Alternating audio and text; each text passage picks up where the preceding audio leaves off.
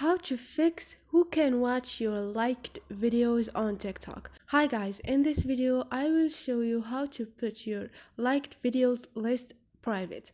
So all you need to do is go to your TikTok, go to your profile and click on those three buttons up there. Click on setting and privacy. Now click on privacy and scroll down. Click on liked videos. Now click on who can watch your liked videos and you choose everyone or only me.